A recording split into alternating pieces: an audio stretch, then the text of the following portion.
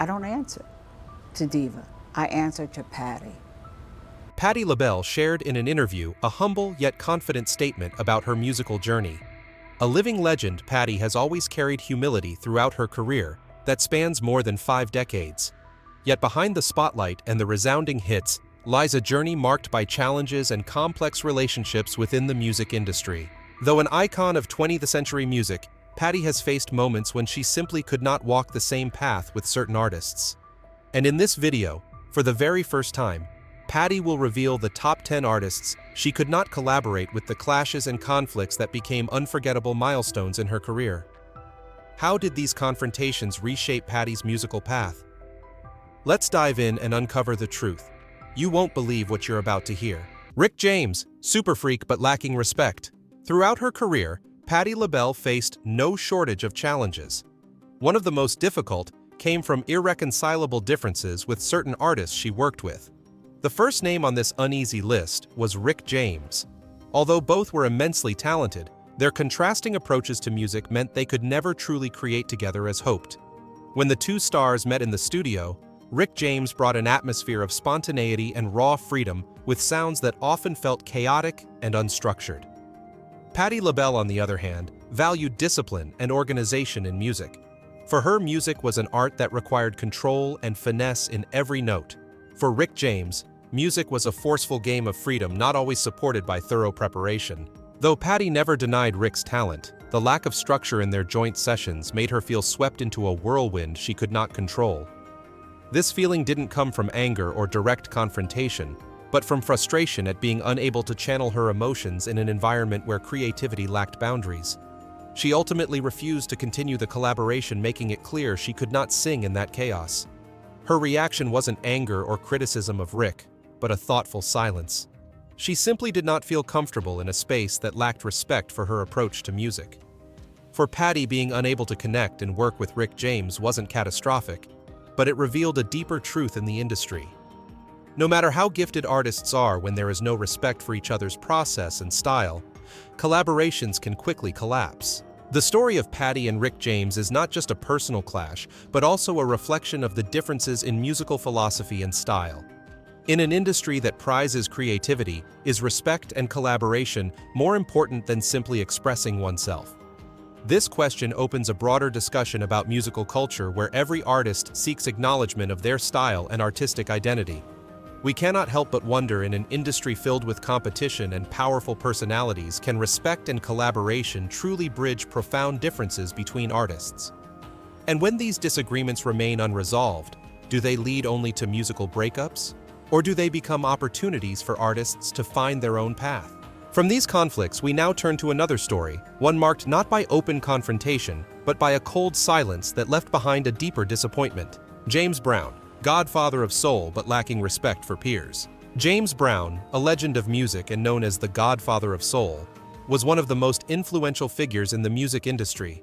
Yet for Patti LaBelle, who once deeply admired him, their relationship was far from as harmonious as many might believe. Brown's powerful style and his absolute control in every situation made him an icon of soul and funk. But for Patti, that very dominance made her feel disrespected during the times they shared the stage.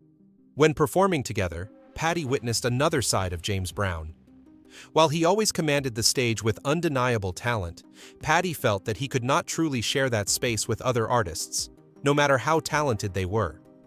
This showed not only in the way he worked, but also in the way he treated his peers on stage. Whenever Patti began to shine, the stage lights would suddenly shift, seemingly to ensure that no one could outshine him.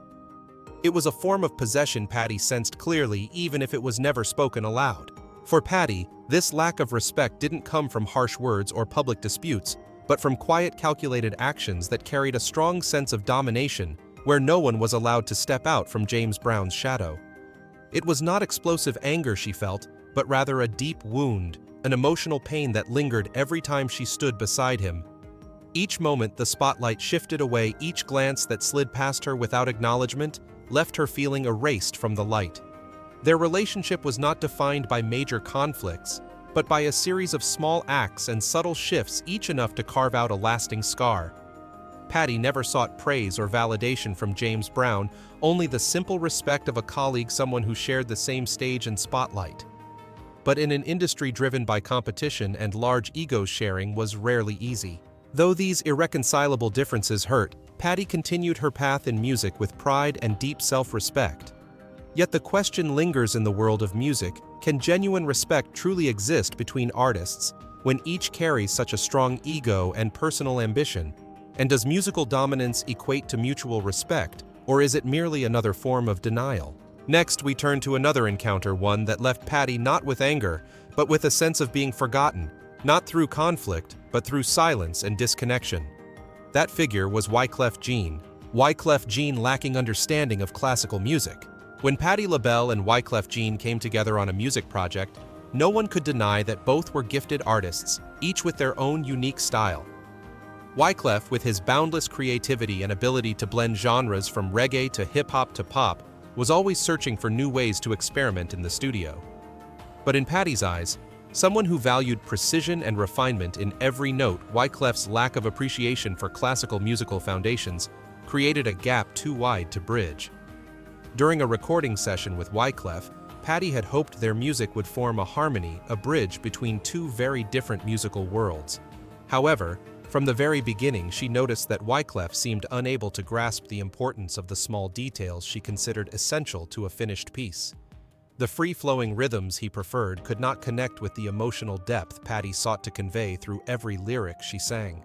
Each time she joined a project with Wyclef, Patti felt as though she was being pulled into a world without clear structure. While Wyclef focused on freedom and limitless creativity, Patti pursued perfection in the construction of every melody and rhythm. For her, music was not merely something to make people dance, it was a story of emotions that had to be built with detail and depth. Patti was never angry with Wyclef, but her disappointment showed in her silence and her eventual refusal to continue working with him. She could not understand how someone as talented as Wyclef failed to recognize the classical values she had cherished her entire career. To her, it wasn't a matter of talent or innovation, but a lack of awareness of the fundamental principles of music, principles she saw as the bedrock of a lasting artistic legacy. This reflected a profound difference in their approaches to music. Wyclef was a man of the new era, always chasing innovation and testing boundaries. Patti, meanwhile, was grounded in tradition, where the pursuit of perfection in every note mattered deeply. Because of this divide, they could never truly blend their styles. Patti felt she would have to sacrifice the very values she had defended all her life in order to adapt to music she could not regard as genuine. Their story raises an intriguing question about change and innovation in music.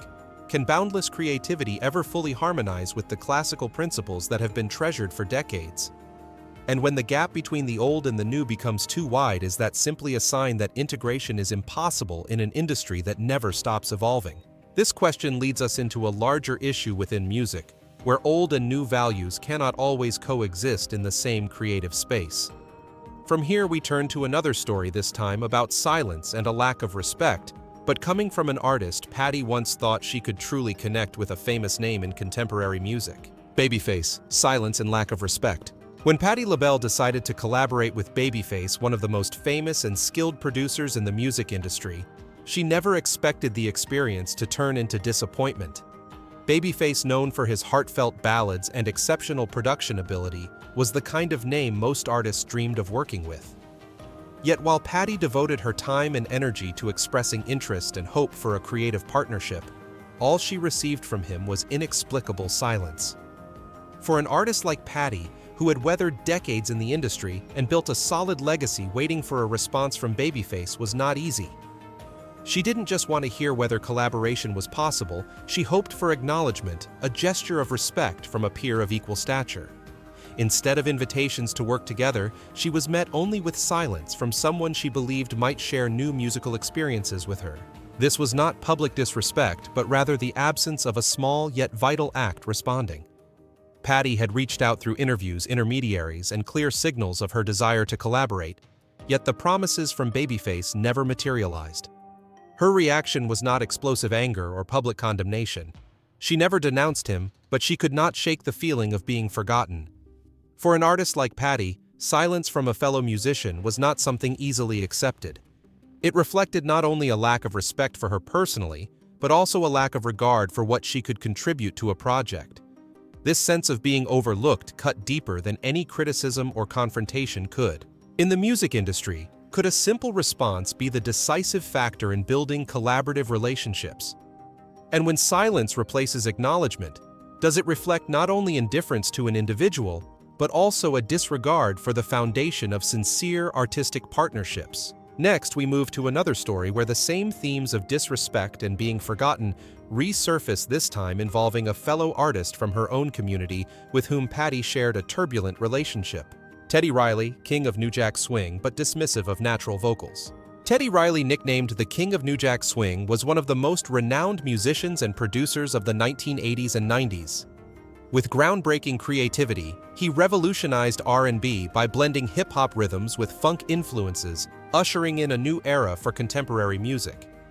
Yet when Patti LaBelle stepped into the studio with Teddy, she was met with something unexpected, a lack of respect for her natural musical style, particularly the voice she regarded as her very identity. During one collaboration, Patti brought her trademark powerful and emotional vocals only for Teddy Riley to request changes using modern techniques, including auto-tune, a tool Patti had avoided her entire career. To her, the natural voice was the most important part of music, the truest connection with the audience, and no technology could replace the raw emotion carried in each note. Patti's reaction was not anger or an explosive argument, but a quiet, graceful refusal. She removed her headphones, placed them on the table, and said she could not sing the way Teddy was asking. She did not need to criticize him directly. Her action was enough to show her deep disagreement. In her eyes, using auto-tune was not innovation, but a denial of her artistic identity. She felt as if she was being forced into a mold that was not her own, a synthetic alteration incapable of expressing genuine emotion. This was not just a clash over technical choices, it was a question of respect in artistic creation. Patti LaBelle, with her unmistakable voice, had worked in an industry where everything could be fixed or perfected through technology.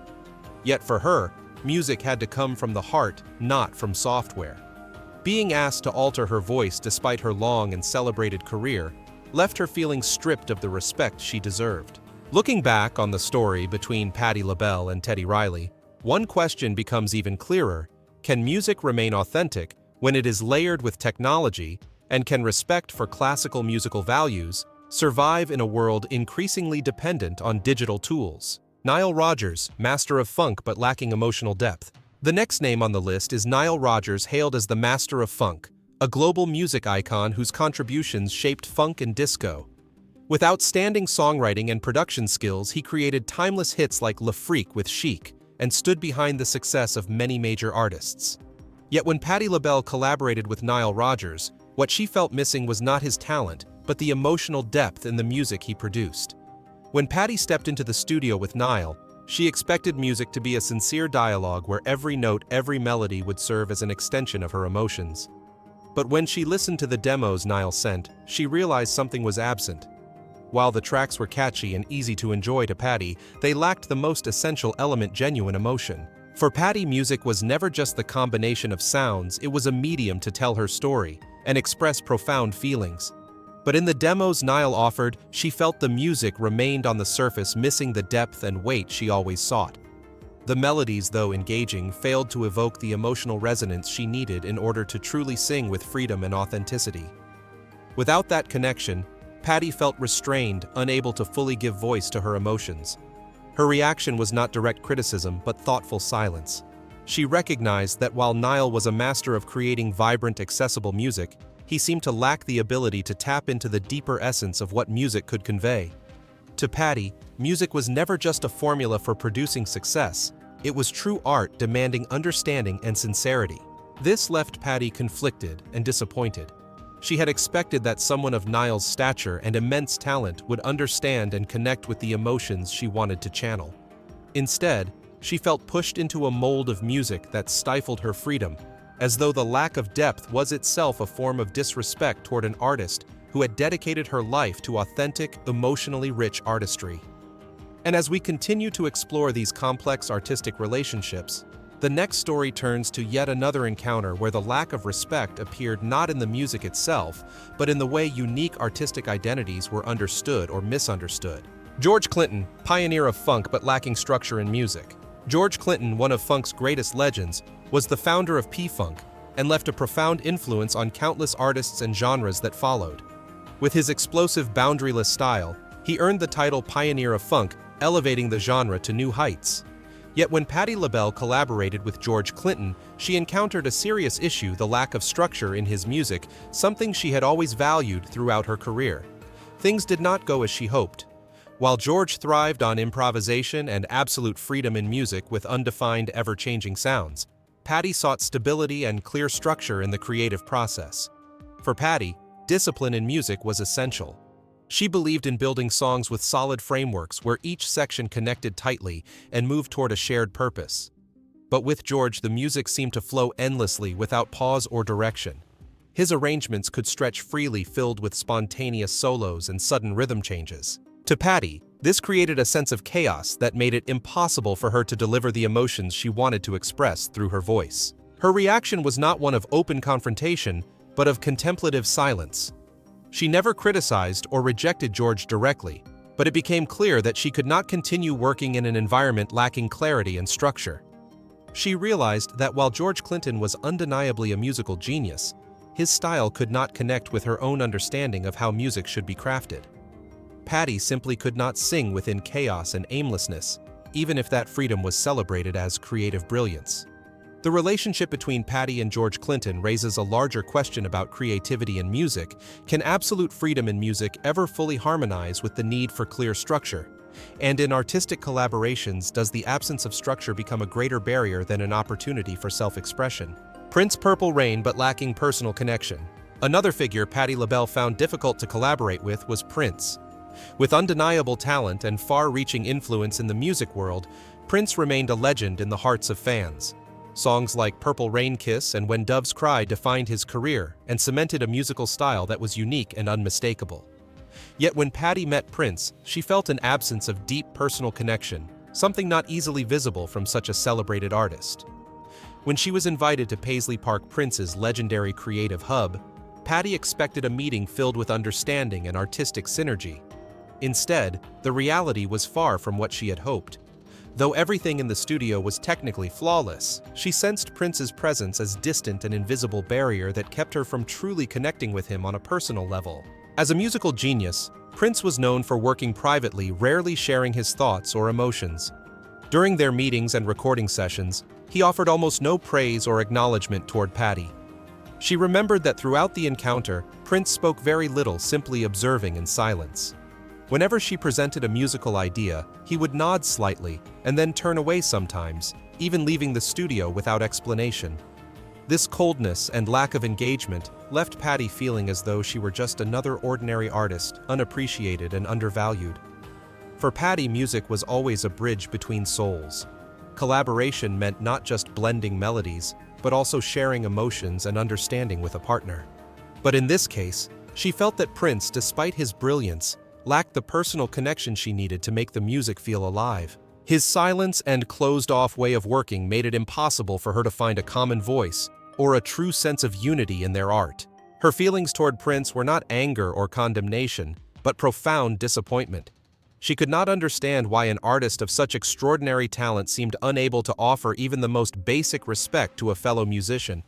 To Patti, personal connection was at the heart of music, and without it, the result risked becoming dry and soulless. Kenny Gamble, architect of Philly soul but lacking personal acceptance. Next comes Kenny Gamble, known as the architect of Philly soul, one of the great names in music whose contributions helped shape the soul sound of Philadelphia. Alongside Leon Huff, he created one of the most defining musical styles of the 1970s, bringing the world timeless hits and deeply emotional melodies. Yet when Patti LaBelle crossed paths with Kenny Gamble in collaboration, she faced something not immediately visible to the outside world: a lack of personal acceptance. Their relationship dated back to the early years of Patti's career when she was seen as part of the Philly soul movement. Though they shared the same passion for music and hailed from the same city, the relationship soured when Patti refused to sign with Philadelphia International Records, the label founded by Kenny and Leon Huff. She did not want to be confined by the molds the label imposed, and that refusal created a rift. To Kenny, her decision was not just a rejection of a business opportunity, but an insult, even a betrayal to the empire he had poured his heart into. For Patti, that refusal was more than a business decision. It was her way of asserting individuality and following her own artistic path. But for Kenny, it became a matter of pride, a denial of his vision and influence. From then on, their relationship grew cold. They no longer spoke or collaborated, and whenever they crossed paths backstage or on grand stages, there was only silence and discomfort. Patti was not easily wounded, but she could not help feeling pushed aside when her creative choices were not accepted or respected. She was not seeking Kenny's praise or approval, but she had hoped for acknowledgement of her chosen path. Facing a fellow Philadelphian, someone she once considered an ally in music, yet finding no empathy or acceptance, was a quiet personal pain. Her reaction toward Kenny was not anger or outrage, but a silent hurt. She felt unfairly judged, and though unspoken, she knew the changes in their relationship deeply affected her sense of dignity. This rejection was not only about music, but about understanding her as a person. It was not merely the denial of collaboration, but the negation of her values and the path she had chosen. Quincy Jones, greatness without support for her career. We now move to another story where respect and collaboration were not only about music itself, but also about recognition and genuine support between talented individuals in the industry. The name at the center of this chapter is none other than Quincy Jones. Quincy Jones, one of the greatest music producers of all time, was the architect behind countless legendary works, including Michael Jackson's timeless albums Thriller and Off the Wall. His genius was undeniable. Yet when Patti LaBelle looked back on her relationship with Quincy, she did not only see his greatness, she also felt a lack of support in her own career, something she never expected from someone she once considered a friend and mentor. Their relationship began with trust and great expectations. Patti believed that with Quincy's talent and deep understanding of music, he would help her advance her career and open new artistic doors. When they first worked together, Patti felt she had found a partner who truly understood the uniqueness of her voice, someone she believed could help her shine even brighter. She once hoped, as Quincy himself had promised, that they would create something truly special together. But when Patti's career reached critical moments of growth, she began to realize the support from Quincy was not what she had envisioned. After the success of Lady Marmalade, she waited for a call from Quincy, a collaboration that might have opened a new chapter in her career. That call never came. While Quincy went on to collaborate with other stars, including Michael Jackson, Patti was left to produce her own albums without his guidance. It left her with a sense of abandonment, even though she was neither lacking in talent nor dedication. What hurt Patti was not just the absence of opportunities, but the sense that Quincy had withheld belief in her potential. It was not anger or resentment that she felt, but a quiet disappointment, the realization that sometimes those you trust most may never provide the support you need. Patti never spoke publicly against Quincy, but the long silence and repeated moments of neglect taught her a truth in the music industry: support does not always come from those you expect it from. The story of Patti and Quincy was more than a personal memory. It was a testament to the harsh realities of the music business, where talent is not always matched with the recognition and backing it deserves. Even so, Patti pressed forward with resilience and determination, never letting the lack of support from Quincy or anyone else dampen her spirit. And in that journey, she proved that sometimes independence and patience are the true keys to lasting success. If you found Patti LaBelle's story and her relationships in the music industry fascinating, don't forget to hit like, share the video, and subscribe to the channel so you won't miss more captivating stories. Let's continue exploring the world of music and uncovering the untold chapters behind the spotlight. All data, analysis, and commentary in this video are presented based on information available at the time of production. The content is subject to change over time and should not be considered a definitive forecast. There is still so much more to explore: stories of resilience, legacy, and truth. Feel free to dive into some of our top recommended videos now appearing on your screen.